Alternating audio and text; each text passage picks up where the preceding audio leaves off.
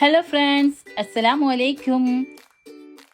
ഇന്ന് നമുക്കൊരു day in my life കണ്ടാലോ? ഇപ്പോൾ സമയം 4:30 നോമ്പായതുകൊണ്ട് അത്താഴത്തിന് എണീറ്റതാണ്.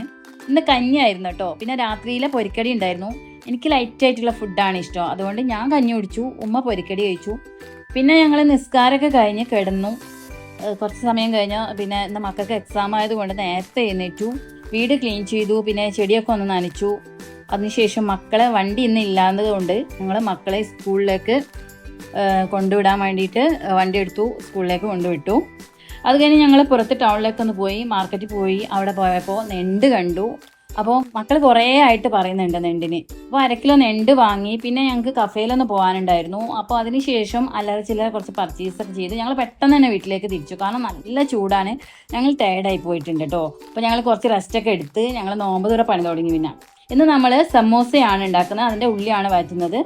നമ്മൾ സമൂസ ഷീറ്റ് വെച്ചിട്ടാണ് ഇവിടെ സമൂസ ഉണ്ടാക്കുന്നത്. അതാകുമ്പോൾ നിങ്ങൾക്ക് കുറച്ചുകൂടി എളുപ്പമാണ്.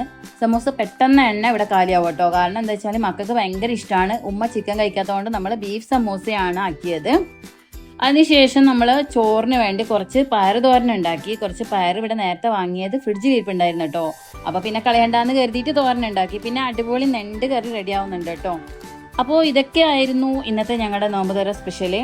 പിന്നെ അത് കഴിഞ്ഞ് ഇശാസ്കാരം കഴിഞ്ഞ് പൂരിയും നെണ്ടുകറിയും കഴിച്ചു. അപ്പോൾ ഇന്നത്തെ വീഡിയോ ഇത്രയേ ഉള്ളൂ. പുതിയ വീഡിയോ ആയിട്ട് നാളെ വരാം. നിങ്ങൾക്ക് വീഡിയോ ഇഷ്ടപ്പെട്ടാൽ ലൈക്ക് ചെയ്യുക, ഷെയർ ചെയ്യുക, സബ്സ്ക്രൈബ് ചെയ്യുക.